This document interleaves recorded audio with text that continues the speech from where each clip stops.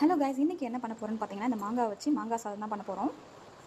மாங்காய் ஊறுகாய் ஏற்கனவே செஞ்சாச்சு. ஸோ அதனால் 3 மாங்காய் இருக்குது. இதை வச்சு என்ன பண்ணுறதுன்னு யோசிக்கும்போது, சரி ஒரு வேளைக்கு மாங்காய் சாதம் செஞ்சு சாப்பிட்லாம் அப்படின்னு சொல்லிட்டு மாங்காய் சாதம் செய்ய ஆரம்பிச்சிட்டோம். மாங்காய் சீசன் இல்லைங்களா, கண்டிப்பாக ட்ரை பண்ணி பாருங்கள், ரொம்பவே நல்லாயிருக்கும். மாங்காய் சீவி வச்சுருக்கேன், வெங்காயம் கொஞ்சமாக எடுத்து வச்சுருக்கேன், பச்சை மிளகா 1, காஞ்ச மிளகா ஒரு 3 மிளகா, கொஞ்சமாக கருவேப்பிலை எடுத்து வச்சுருக்கேன். வாங்க எப்படி செய்யணும்னு பார்க்கலாம். கடாய் சூடு பண்ணி கொஞ்சமாக எண்ணெய் ஊற்றிக்கோங்க. கடுகு போட்டுக்கலாம், சீரகம், கடலைப்பருப்பு கொஞ்சம் போட்டுக்கலாம். இப்போ பச்சை மிளகாயும் காஞ்ச மிளகாயும் அப்புறம் கருவேப்பிலை, ஒரு கைப்பிடி அளவுக்கு வெங்காயம்,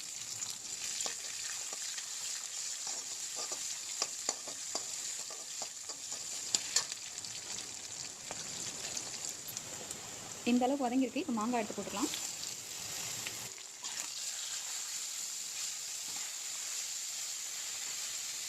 இப்போ எல்லாத்துக்கும் சாதத்துக்கும் மாங்காய்க்கும் தேவையான அளவுக்கு உப்பு போட்டுக்கோங்க.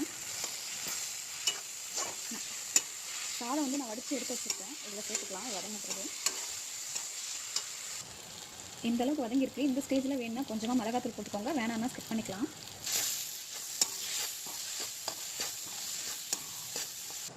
இப்போ வந்து சாதம் வடித்து வச்சுருக்கேன், இதை அது கூட சேர்த்துக்கலாம். சாதத்தை கொட்டி நல்லா கிண்டி விட்டுக்கோங்க.